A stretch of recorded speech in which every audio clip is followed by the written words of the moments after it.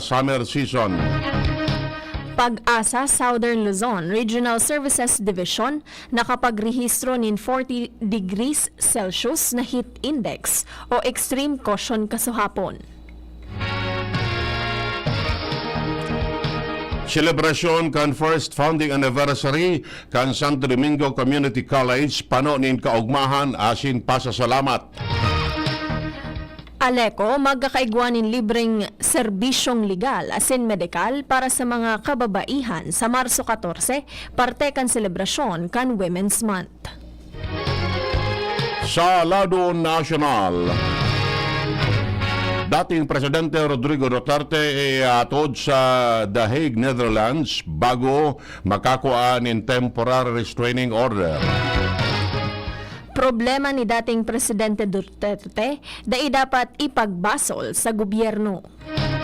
Pagdangog kan kaso ni dating Presidente Duterte sa International Criminal Court, posibleng abuton nin 8 taon. Panahon na para hampangon ni dating Presidente Rodrigo Duterte ang sa iyang mga kaso sigon kay dating Senator Laila de Lima. Sa ibang nasyon, ribo-ribong Meksikano nagrally para iselebrar ang pag-oktaba sa pagpato ng tarifa kan Estados Unidos as sa Mexico. Baratang Sports, men's football team padagos ang preparasyon para sa 2027 AFDC Asian Cup qualifiers. Detalles kan Bareta. Enot sa lado lokal. Ang baretang ini hatod sa Indukan Optin Lutein Capsule. Alagaan ang paningin sa tulong ng Optin. Kitang-kita ang kalusugan ng mata.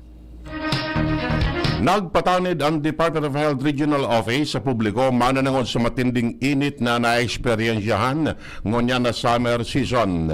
Sa abisong ipinalawas kan DOH, dapat siguruhon kan publiko na malinig ang pigkukuanan ng tubig, paggamit ng payong ano man na pwedeng pangulang sa direktang init kan aldaw, asin pagsiguro na well hydrated. Dapat man siguroon kan publiko ang pag-ataman sa salud para makalikay sa mga helang na pwedeng makuha sa panahon ng tag-init, arog kan heat cramps, asin heat stroke, cholera, typhoid fever, asin vector-borne diseases, arog kan dengue, asin iba pa. Apera digdi, rumdumon man na dapat kan publiko na yaon ang patakot ka nakakagada na helang na COVID-19 kung kaya importante ang pagsunod sa minimum health protocols. Enot ang sinabi kan pag-asa na posibleng maglala pa ang init sa tahaw kan bulan in Abril sa Good Mayo ngonya na taon.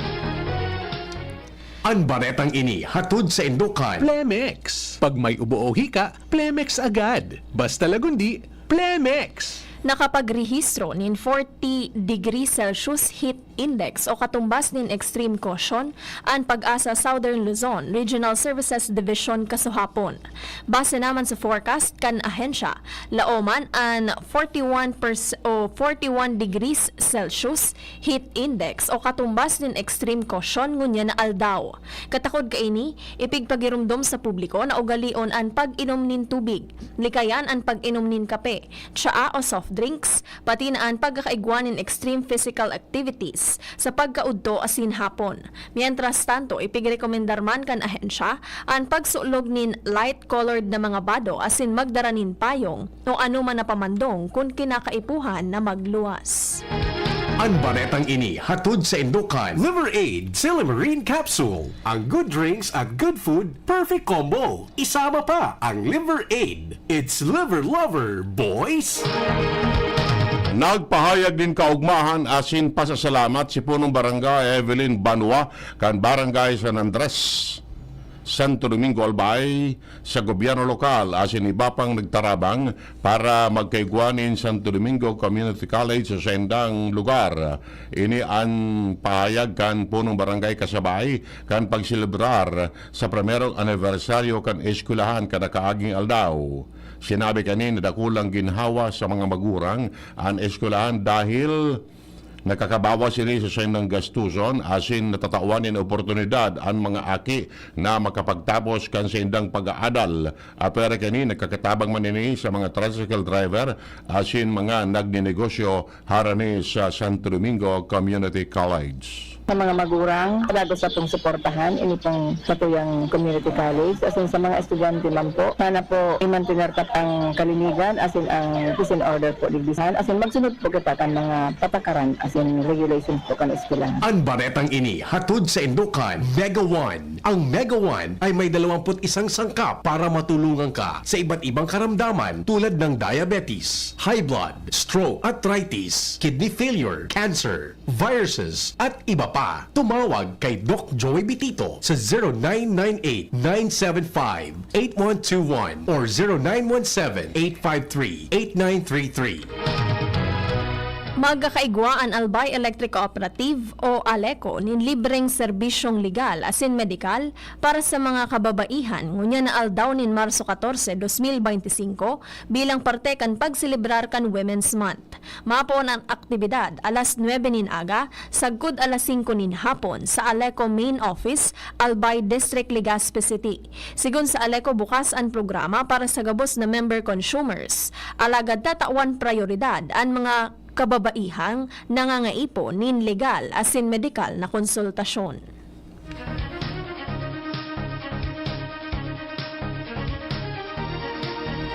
May aras natin ipapanitalas kan bareta sa lado lokal, fake news ang nagalakop sa social media, mananaon sa sarong gada na manok na pigsasabing linupigan sa barangay Kubo, Tabaco City. Inatinawan ni Linaw kan Tabaco City PNP sa paagi kan sa official Facebook account kung saan basado sa sendang investigasyon anako ang underwear harani sa manok. Dai pa man nagagamit as imposibleng nadarasa na nin naparos dalantaharan nini sa balaybayan. Pigilin kan mga otoridad na rason kan pagagadan kan manok iyon dahil sa tinuka kaini na guling-guling asin dai natunawan deman in lugad o laceration sa manok na posibleng maging indikasyon na ini linupigan. Katakod kanina nga apoda na ifatura kan pulisya sa publiko na maging maingat sa pagpost nin o pagpapawagas nin bako konfirmadong informasyon na posibleng magdara nin takot asin pagkalibong sa publiko. Aprobado na kan mga miyembros kan Sangguniang Bayan kan Daraga Albay ang sarong Resolution of Concurrence para sa 4 na empleyado kan munisipyo.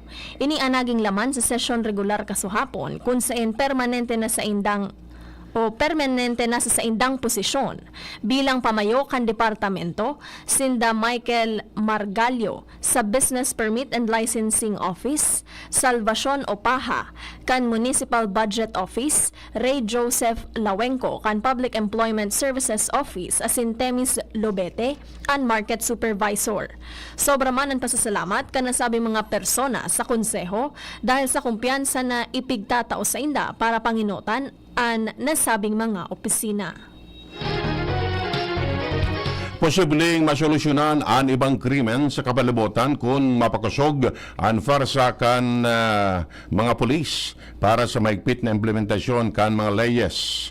Sa entrevista kan DCGB News kay dating DILG Secretary Benhur Abalos, sayang sinabi na mayor na problema kan mga biktima kan illegal na aktibidad kung saan madulog para maghagad nin tabang. Sinabi ni Abalos na dapat matauanin atensyon sa pagkasabing pwede ining ibaba sa barangay level sa pakikipagtabangan sa pulisya.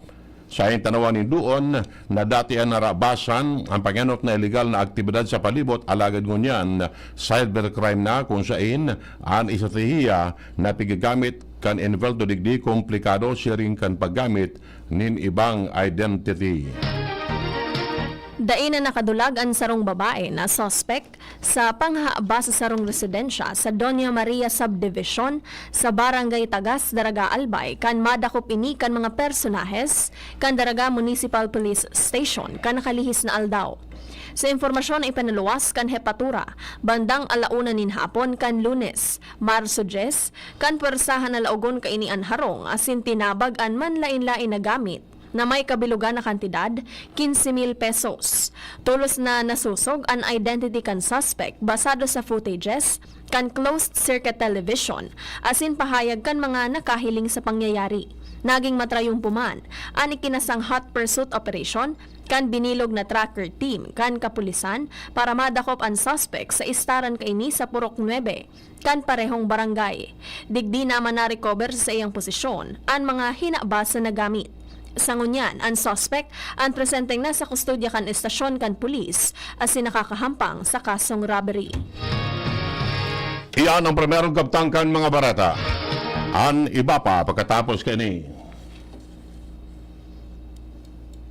At ngayon, ang pinakabago, ang pinaka-epektibong food supplement na mabusising ginawa sa Amerika at matapos ang 3 taon, aprobado na ng FDA. Mega One, ang evolusyonaryong produkto na nagtataglay ng 21 natural na mga komposisyon na nakatutulong upang palakasin ang immune system at ang ating kalusugan. Para sa karagdagang impormasyon, maaaring pumunta kay Doc Joey Bitito sa Barangay 18, Cabangan West, Legazpi City, kaharap lang ng Bangko Sentral ng Pilipinas. O tumawag sa 0998-975-8121 or 0917-853-8933 para sa free consultation sa natural medicine. bisitahin din ang aming Facebook pages, Mega One-Superfood at NHC Bayanihan Official. Mega One, evolusyon para sa kalusugan. Hindi sa tercer distrito maugmaan mga tao sa imong pagserbisyo, Congressman Didi Cabredo. Kasi sa inkaman magduman, madaling ranihon maaasahan. Para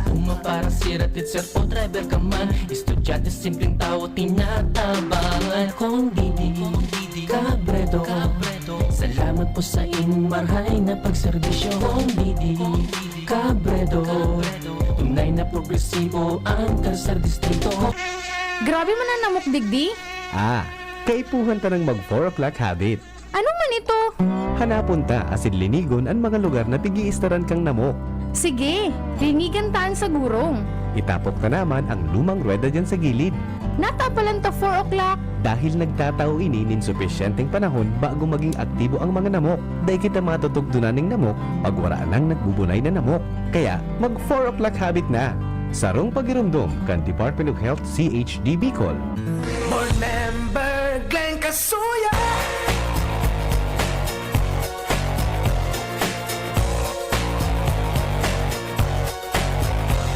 Siyang katuwang kanmasa,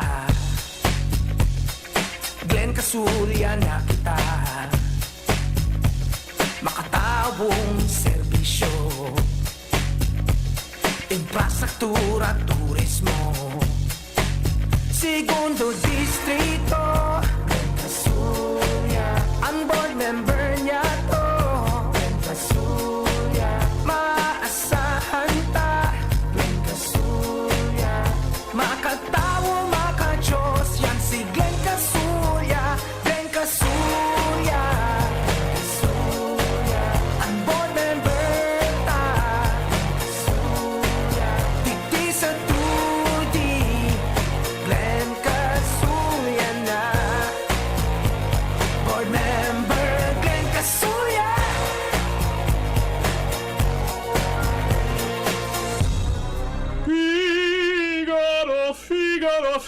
Birit na sana kaso parang may gumagasgas. Ganyan ang ubong may plamang mahirap ilabas. Mag-Plamax Forte Serum. Gawa sa natural na lagundi. Tinutunaw ang plema. Pinipigil ang ubo. Ramdam ang hagod ng ginhawa. Sing your heart out. Basta lagundi, Plamax. Mabibili ang Plamax Forte Serum 60ml at 120ml sa mga pangunahing butikan nationwide. Vitex Nagundo L is a generic name of Plamax Forte. If symptoms persist, consult your doctor. Ang orgulyong congressman, lalo kan mga Bicolano. Jill Bongalon ang ngarang iniidolo. Ang matibay, mahigos, matinabang na abogado. Uun kan hoben pa, subok na sa serbisyo.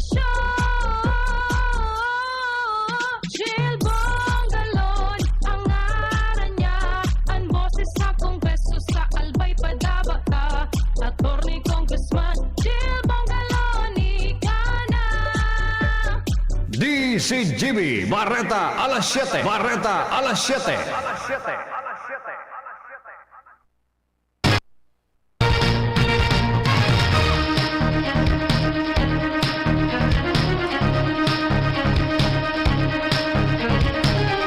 Detalles kan Barata sa Lado Nacional. Naghali na sa Pilipinas ang eroplanong piglunadan ni dating Presidente Rodrigo Duterte kasubanggi. Sa Facebook live video na ipigpalawas ni retired Police General Fillmore Escobar, mailing ang pag-andar kan eroplano sa Tarmacan Villamor Air Base.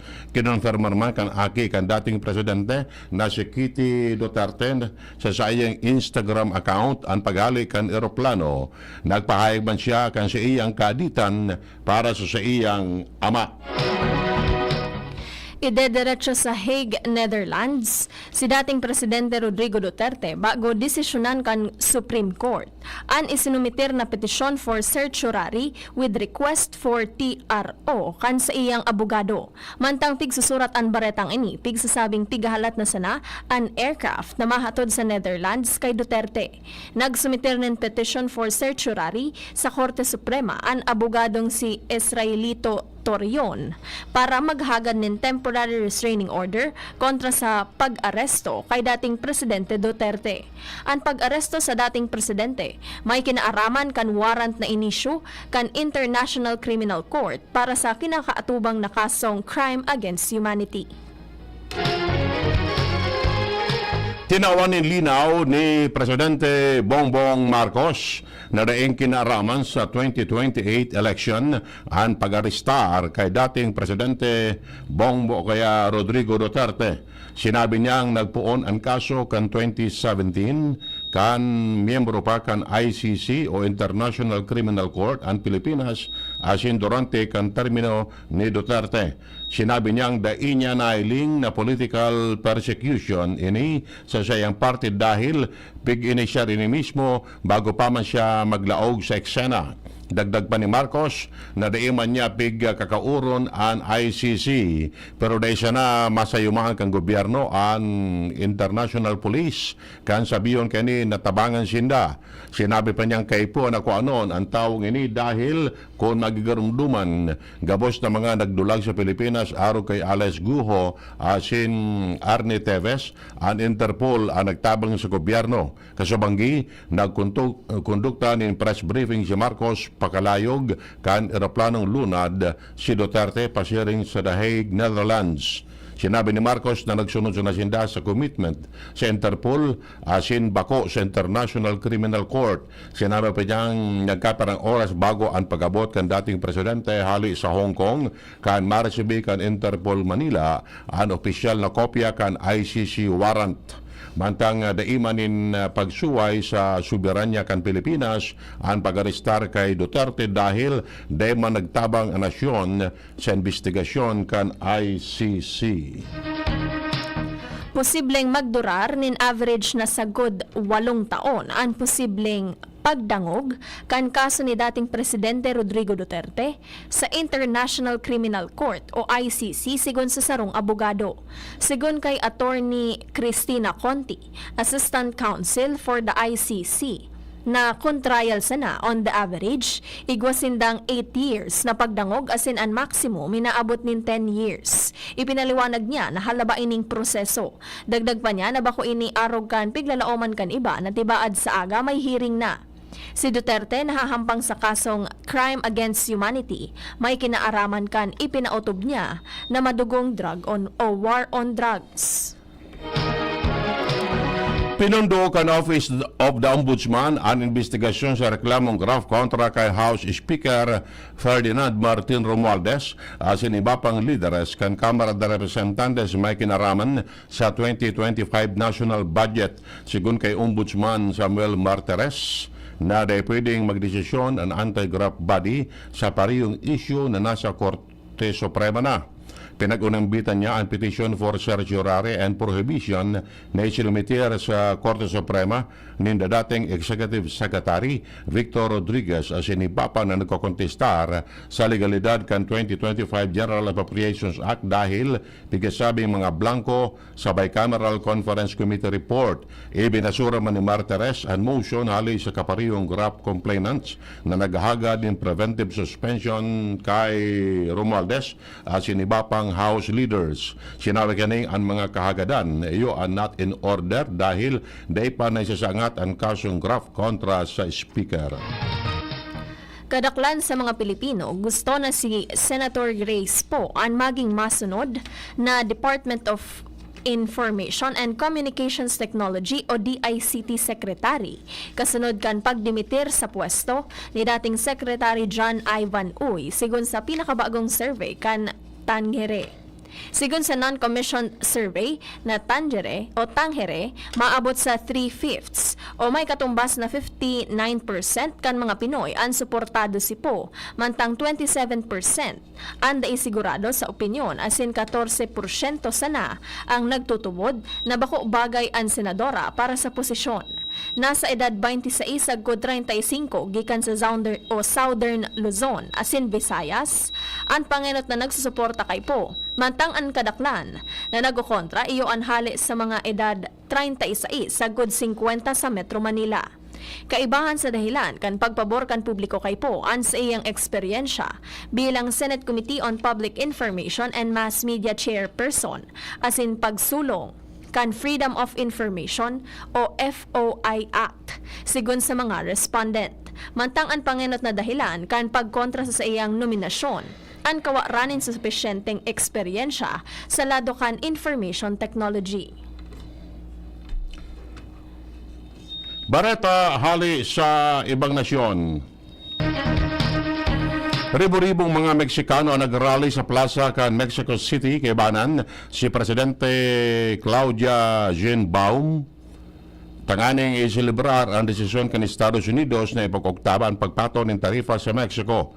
Mantang pugol kan mga ni ang darakulang bandera kan Mexico asin sabay-sabay na nagkukurahaw nin irespeto ang Mexico mantang pigpaparakpakan ang sendang presidente.